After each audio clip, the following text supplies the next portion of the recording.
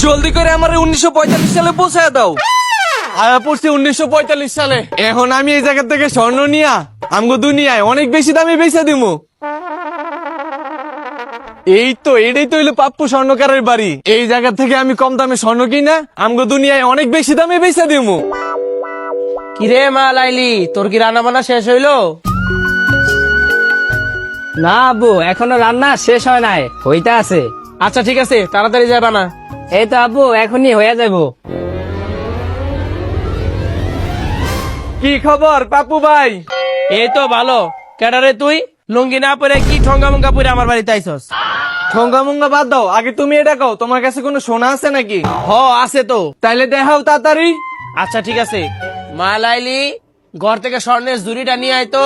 ঠিক আছে বাবা, আনতে আসি। এই নাও বাবা। এই যে দেখ ভাতিজা, এটা হইলো সোনার রানীহার। আরে চাচা আগে কও এটার দাম কত? এটার দাম অনেক বেশি, 2.5 টাকা। কি মাত্র 2.5 টাকা? 10 টাকাও না? আরে ভাতিজা কি কস, 10 টাকা দিয়ে তো তুই এরকম আরো 4টে পাবি। 10 টাকা দিয়ে আরো 4টা পাওয়া যাইবো? তাহলে চাচা সবগুলা সোনার দাম কত? হইব ভাতিজা 150 টাকার মতো। তোর পুরা 14 গোষ্ঠীর সব জমি জমা বিক্রি করলেও এই স্বর্ণ কিনা সামর্থ্য তোর হইব না। হেৎ, শালা চাচা তুই আমার কি মনে করছিস আমি গরিব? এলো 500 টাকা দিলাম, সব দিয়ে আমার দিয়ে দে। ওই হারামজাদা, তুই এর আমার কি এর টাকা দিছস? এর তো নকল টাকা। পুরো ভিডিওটা দেখতে চাইলে এখানে ক্লিক করুন।